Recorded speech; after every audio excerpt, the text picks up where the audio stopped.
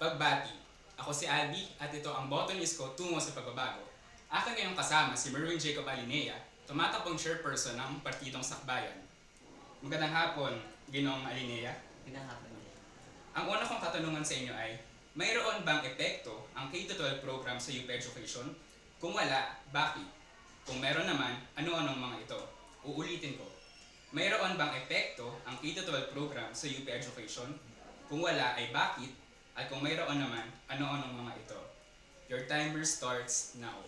Una, ano ba muna meron yung K-12? Yung K-12 education. So sa K-12 education, ito yung nagkakaroon ng karagdagang taon, yung mga mag-aaral ng elementary at secondary ng dagdag na taon para madagdagan yung para magkaroon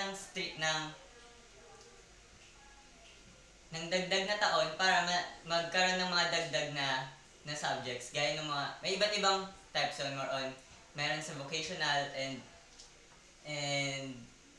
etc. Ngayon, meron siyang epekto sa UP Education dahil sa paparating na K-12 magkakaroon ng may mga courses na ituturo na kasalukuyan tinuturo ngayon sa UP na ituturo na rin during K-12.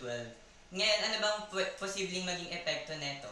Ngayon, after ng K-12, yung mga estudyante,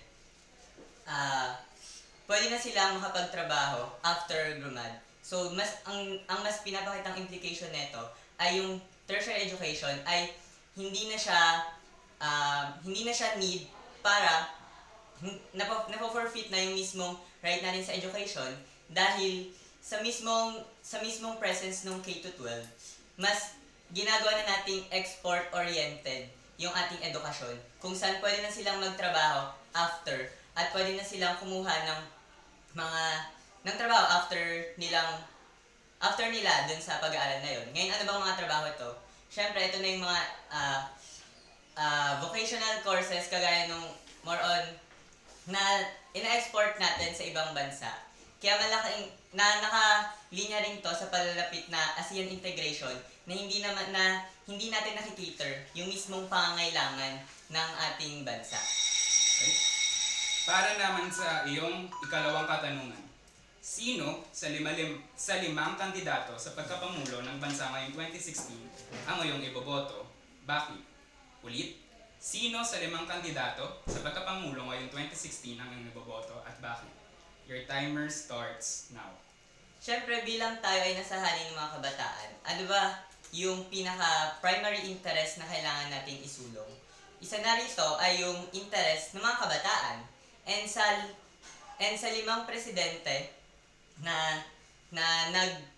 sa limang presidente na tumatakbo, si Grace Poe lamang ang may concrete na plataforma at may mga concrete na gagawin para sa mga interest ng kabataan. Kasama na rito yung plataforma niya para sa edukasyon. Salamat, Ginoong Alinea. At doon po nagtatapos ang aking panayam kay Ginoong Alinea. Para sa iba pa pong detalye ukol sa UPLB 26 elections, i-like naman o i-follow ang UPLB Perspective sa Facebook at sa Twitter. And cut.